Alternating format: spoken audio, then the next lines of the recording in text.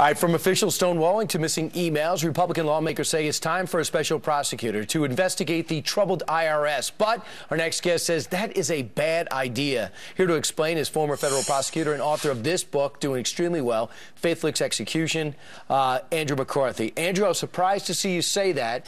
Why don't you think a special prosecutor would do a more thorough job than the Justice Department or the Oversight Committee? Brian, when people hear special counsel, they think independent prosecutor. In our system, there is no independence from the executive branch when you're talking about prosecution, which is an executive power.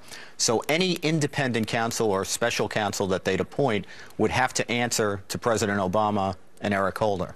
We remember Ken Starr got to the bottom of it, much to the chagrin of the Clinton administration. We remember that during the Valley of Flame investigation, things didn't go swimmingly for Scooter Libby. Right. So why wouldn't you think we're going to get to the bottom of it and actually get the truth out of a special prosecutor now? I think you had very different administrations and very different attorneys general back in those times who actually let the system work.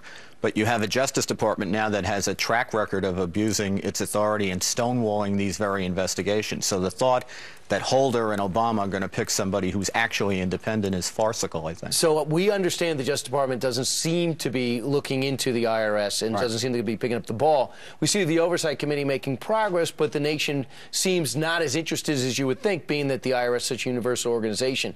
Why do you think so many in Congress are calling for this if the reality is as you say it? I like to think they probably hope the system would work, and they're being a little bit naive about it. But, you know, look, what we know about this scandal, we know because of Congress's investigation and because of some FOIA, Freedom of Information Act lawsuits that are going on with private litigants. If you kick this to a special prosecutor who gets picked by Holder, what's going to happen is they're going to say, grand jury secrecy, we can't talk about this anymore. For about a year. Right. The witnesses are all going to say, you know, look, we can't cooperate. There's now a serious criminal investigation. And then it'll lapse into a black hole until President Obama pardons everyone at the end. So what options do they have? Let's keep doing what we're doing now. It's painful.